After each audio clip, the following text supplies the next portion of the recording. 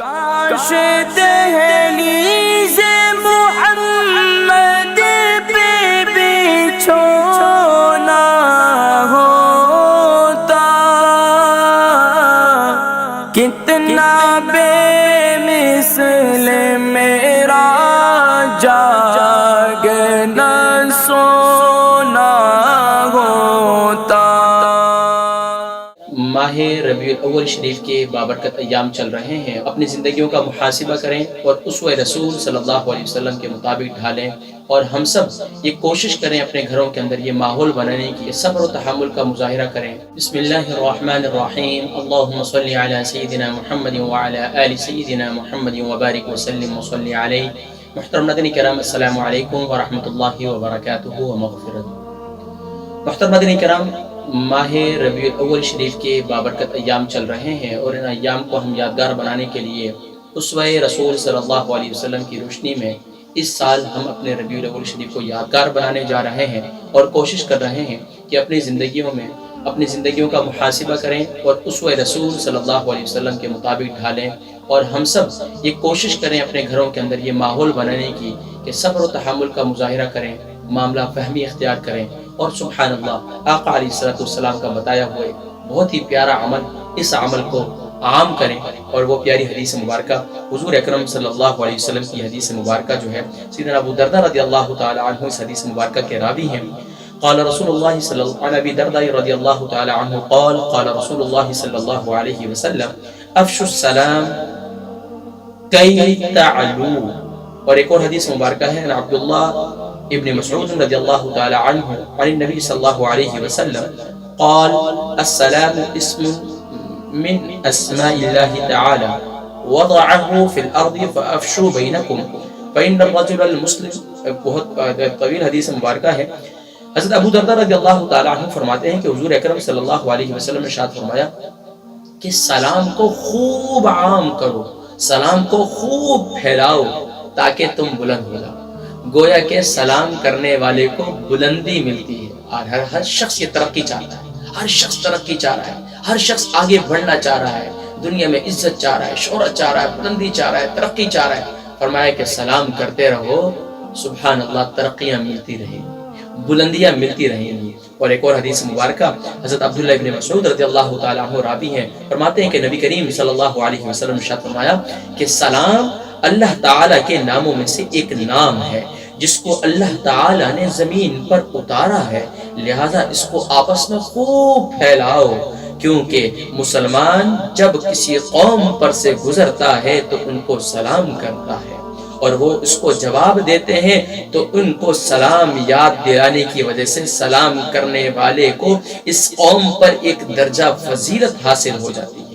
اگر وہ جواب نہیں دیتے تو فرشتے جو انسانوں سے بہتر ہیں اس کے سلام کا جواب دیتے ہیں۔ اور یہاں تک کہ آقا علیہ السلام نے ایک اور حدیث مبارکہ میں ارشاد فرمایا کہ قرب قیامت کی علامات میں سے ہے کہ لوگ صرف جان پہچان والوں کو سلام کریں گے اور اس کے علاوہ کسی سے نہیں۔ اللہ اکبر۔ تو ہمیں یہ طریقہ سکھایا گیا، اب یہ معاشرے کے اندر بہت ختم ہوتا چلا جا رہا ہے۔ UK یورپ کے اندر بچے صرف السلام علیکم یا السلام علیکم، السلام علیکم ورحمۃ اللہ وبرکاتہ۔ یہ بہت پیارا عمل ہے۔ اللہ تبارک و تعالی مجھے بھی محاسبہ نفس کرنے کی توفیق نصیب فرمائے، اور ہم سب کو سلام عام کرنے کی توفیق نصیب فرمائے۔ اور قرب قیامت کی علامات میں سے جو آقا علیہ السلام نے ارشاد فرمایا کہ ایک شخص دوسرے شخص کو صرف جان پہچان کی بنیاد پر سلام کرے گا، اسلام کی بنیاد پر سلام نہیں کرے گا، یہ مسلمان بھائی ہے۔ اللہ اکبر۔ اللہ تبارک و تعالی ہم سب کو عقل، شعور نصیب فرمائے۔ عشق و محبت کے دعوے بہت ہیں، لیکن ہمارا عمل سے ہمیں اپنے عمل سے اس کا اظہار کرنا ہے کہ ہم نبی سے عشق و محبت رکھنے والے ہیں۔ اللہ تبارک و تعالی ہمیں کردار کو بہتر بنانے کی توفیق نصیب فرمائے۔ ناظرین کرام، آج ایک بہت ہی پیارا عمل بتانے جا رہا ہوں ان لوگوں کے لیے جن کا کوئی کام رکا ہوا ہوتا ہے، جن کے کسی کام میں رکاوٹ ہو جاتی ہے اور وہ کام پائے تکمیل تک نہیں پہنچتا، بہت پریشان ہو جاتے ہیں۔ ایک تو میں نے عمل ذکر کیا تھا کہ بسم اللہ والا، بابدو رہے اور بسم اللہ سے کسی کی کال، کسی پارٹی سے ڈیلنگ چل رہی ہے، بزنس مین ہے، اور وہاں پر بسم اللہ اٹھا کر بسم اللہ کر کے اس کو فون کریں۔ یہ ایسا عمل ہے، فرمایا کہ چھوٹا سا عمل ہے، فرمایا کل امر ذی بال لم یبدأ بسم اللہ الرحمن الرحیم فهو اقطع فهو اسرع۔ جو یہ کام کرتا ہے تو اس بسم اللہ پڑھنے کی برکت سے اس کا کام جو ہے پائے تکمیل تک پہنچتا ہے، ادھورا نہیں رہتا۔ اور فرمایا کہ دوسرا عمل جو خاص عمل ہے 7ویں ربیع الاول کا، وہ ہے کہ آپ نے فجر کی نماز کے بعد اور اسی طریقے سے عشاء کی نماز، شام کو مغرب کی نماز کے بعد آپ نے یہ عمل کرنا ہے۔ سورہ یاسین شریف کی آخری آیت ہے انما امره اذا اراد شيئا ان يقول له كن فيكون فسبحان الذي بيده ملكوت كل شيء واليه ترجعون، لیکن آپ نے یہی پڑھنی انما امره اذا اراد شيئا ان يقول له كن فيكون، بس یہاں تک۔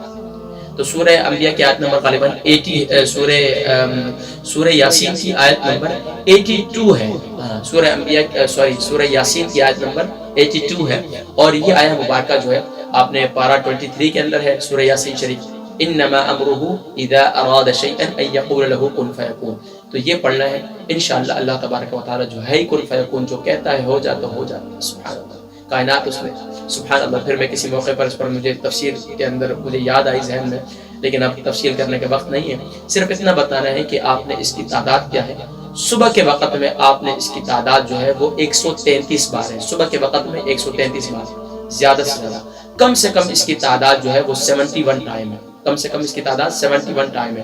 اس کو پڑھیں پابندی کے ساتھ، اور پھر اس کے بعد یہ جب آپ عامل ہو جائیں گے اس عمل کے، تو پھر آپ جب بھی کوئی کام شروع کریں تو اس سے پہلے انما امره اذا اراد شيئا يقول له كن فيكون ایک دفعہ پڑھ لیں، سبحان اللہ، وہ کام جو ہے انشاءاللہ پائے تکمیل تک پہنچ جائے گا اللہ تعالی۔ اسی طرح شام کو بھی یہ عمل آپ نے کرنا ہے، صبح کے وقت میں 133 بار، کوئی نہیں پڑھ سکے تو 71 ٹائم، اور شام کے وقت میں بھی اس طریقے سے کرنا ہے، 133 بار پڑھ لیں، نہیں پڑھ سکتے تو 71 ٹائم پڑھیں، اور اس کو پابندی کریں۔ اللہ تبارک و تعالی جتنے رکے ہوئے کام ہیں انشاءاللہ اللہ کریم ان کو پائے تکمیل تک پہنچائیں گے۔ بہت سے لوگ کہتے ہیں ہمارے یہ کام رک گیا، اس کو شروع کرتے ہیں وہ رک جاتا ہے، دوسرا شروع کرتے ہیں وہ رک جاتا ہے، کوئی کام بھی پائے تکمیل تک نہیں پہنچتا، تو انشاءاللہ اللہ تبارک و تعالی پائے تکمیل تک پہنچائیں گے۔ اللہ تبارک و تعالی ہم سب کے معاملات میں مدد و نصرت فرمائے، اور ہم سب کو بھلائی اور خیر خواہی میں اپنا کردار ادا کرنے کی توفیق نصیب فرمائے، اور اس پیغام کو تمام مسلمانوں تک پہنچانے کی توفیق نصیب فرمائے۔